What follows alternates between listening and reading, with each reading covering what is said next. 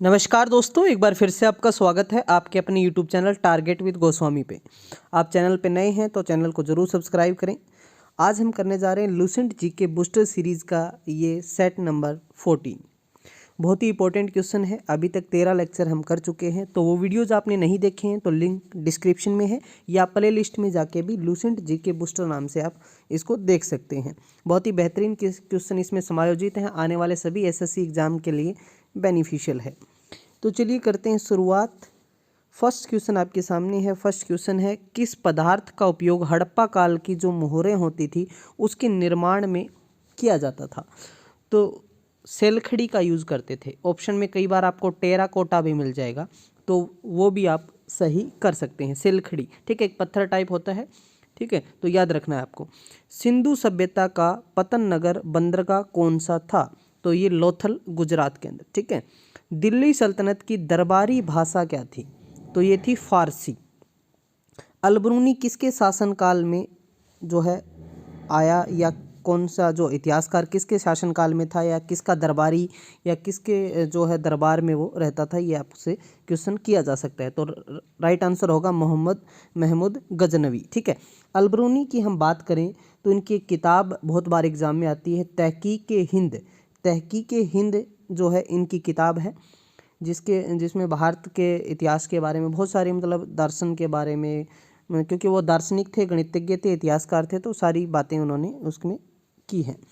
तो आपको ध्यान रखना है, महमूद गजनवी के दरबार में थे वो। अलबरूनी आपको याद रखना है, तहकीक-ए-हिंद इनकी बुक है, ठीक है। अगला है, तालिकोटा का युद्ध वो कब हुआ था? तो ये हुआ था कब? 1565 में। आपसे तारीख पूछ ले तो 26 जनवरी 1565 को हुआ था ये युद्ध। जो विजयनगर के राजा थे और जो दक्कन के राजा थे, इन दोनों के बीच में ये युद्ध हुआ था, और विजयनगर के राजा वो हार गए थे इसमें, दक्कन के राजा इसमें जीते थे। आपको इस बात का भी ध्यान रखना है। तो आपको यहाँ तक क्लियर हो गया होगा अच्छे से। चलिए आगे बढ़ते हैं हम। नेक्स्ट हम बात करते हैं, भारत की पहली महिला एयर वाइस मार्शल कौन थी? तो ये थी एयर मार्शल पद्मावती, या पी बंदोपाध्याय भी आपको ऑप्शन में मिल जाएगा, सीधा पी बंदोपाध्याय, ठीक है। तो यहाँ एयर मार्शल पद्मावती बंदोपाध्याय आपको ध्यान रखना है।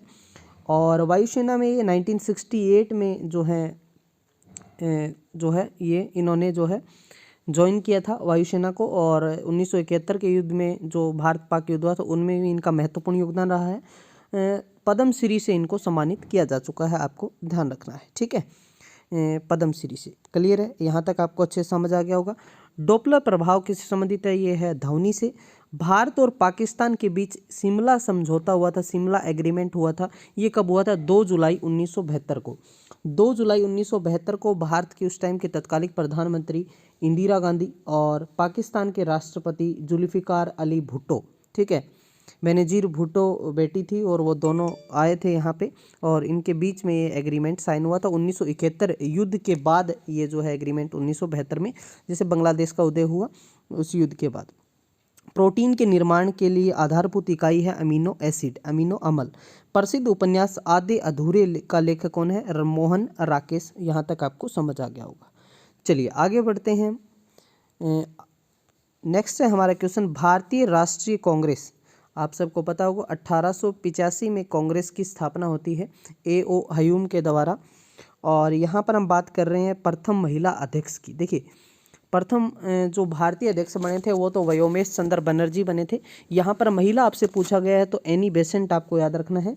और 1917 में जो कलकत्ता के अंदर हम बात करें अधिवेशन के अंदर, कांग्रेस अधिवेशन में इनको जो है प्रथम महिला ये अध्यक्ष बनी थी, आपको याद रखना है।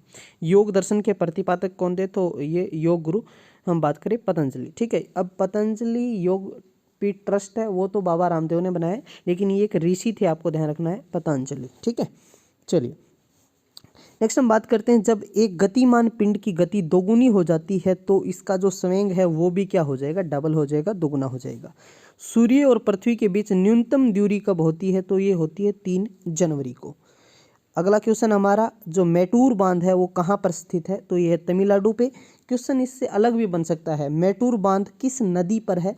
तो आपको बताना है जी, ये कावेरी नदी पे है, ठीक है, कहाँ पर है? तमिलनाडु में। एक क्वेश्चन और बन सकता है, ये बांध कब बना? तो 1934 में।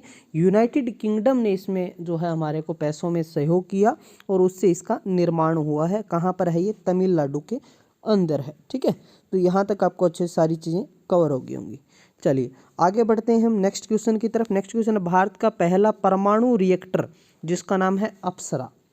अब बहुत सारे क्वेश्चन यहाँ से बन सकते हैं। देखिए, जो भाभा एटॉमिक रिसर्च सेंटर है ट्रॉम्बे, वहाँ पर इसको स्थापित किया गया था। अप्सरा को जो पहला परमाणु रिएक्टर बनाया था, इसको कब स्थापित किया था? 4 अगस्त, हम बात करें 4 अगस्त 1956 को, याद रखना है आपको। ठीक है, तो कुछ भी पूछा जा सकता है। कहाँ स्थापित किया गया था? ट्रॉम्बे, ठीक है, जहाँ पर भाभा एटॉमिक रिसर्च सेंटर है, और 4 अगस्त 1956 को स्थापित किया था। ये बात आपको ध्यान रखनी है।